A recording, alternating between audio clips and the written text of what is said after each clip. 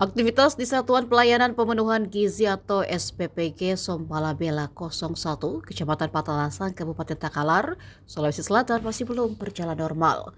Berdasarkan pantauan Tribun Timur pada Selasa 23 Juni, fasilitas yang berlokasi di Jalan Mapajailing Daeng Kawang, Kelurahan Sombalabela itu masih dalam kondisi tidak beroperasi sambil menunggu pencabutan status suspensi dari Badan Gizi Nasional.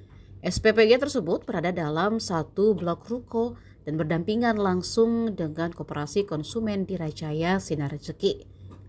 Di halaman bangunan tampak sejumlah kendaraan operasional yang biasa digunakan untuk distribusi program pemenuhan gizi. SPPG Sombalabela 01 diketahui bekerja sama dengan Yayasan Sinar Jaya Rezeki dalam pelaksanaan program pemenuhan gizi. Kepala SPPG, Dedi Pausi, membenarkan bahwa fasilitas tersebut hingga kini masih berstatus suspensi. Saat ditemui Tribun, Dedi mengenakan kemeja putih lengkap dengan PIN Badan Gizi Nasional. Ia menjelaskan bahwa operasional SPPG sempat berjalan pada April 2026 sebelum akhirnya dihentikan pada tanggal 28 April. Alasannya, kata Dedi, belum terbit sertifikat layak hygiene sanitasi. Sementara seluruh persyaratan yang sebelumnya diminta telah dipenuhi oleh pengelola. Namun proses pencabutan suspensi masih menunggu tahapan administrasi dan keputusan dari pusat.